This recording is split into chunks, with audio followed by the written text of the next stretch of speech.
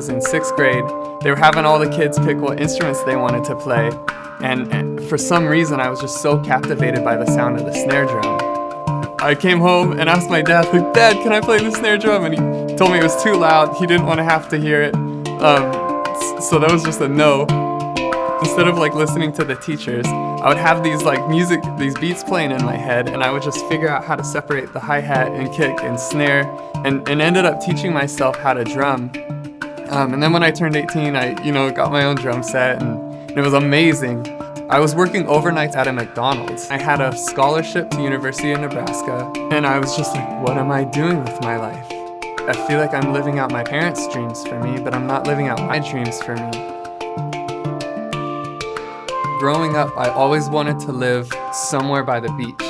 And so when I was looking for different places to move to, I found Huntington Beach, and it was called Surf City. And I still don't even surf, but to move to somewhere called Surf City just sounded awesome to me. And that's literally the only reason I just picked it. I didn't even Google pictures of it. So I moved out here, and then I was like, all right, time to start trying to find out how to make money. And that's actually what kind of gave me the push to start street performing, was because my rent was $650 a month. And I did the math. If I could make $21 a day and actually just save it, I'd be able to pay my rent and live in California. And I was down on the pier one day, and I saw there was a bunch of people playing these hand drums. I got on eBay and I ordered a djembe for myself. I just fell in love with the feeling of playing percussion. The feeling of just connecting your hands with the drum was just it was amazing for me. So I would go to the beach and just stay there all day until I got my 21 bucks.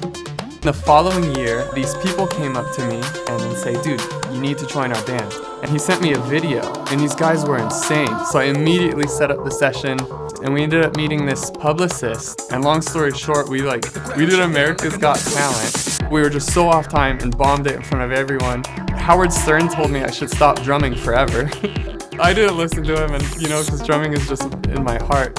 I entered a music producing contest. I ended up winning the contest, and I got to tour around the US at all these different festivals. I was up on the bamboo stage at Lightning in a Bottle, and I'll never forget it. This random dude walks up on stilts, and he was holding a sign that said, "Your dreams are real."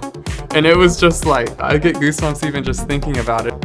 I'm just some kid from Nebraska. I was just blown away that that any of this was possible for me. When I play music, it unlocks the locks. It's like the key that unlocks this knowing inside of you.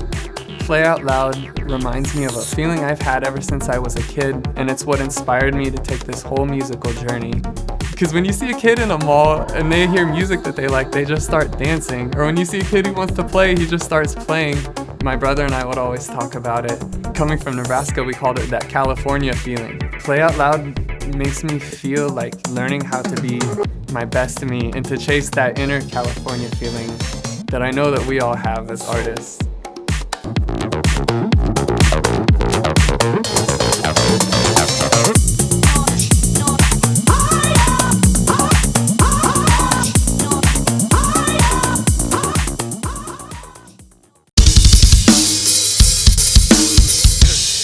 That's all right. Yeah.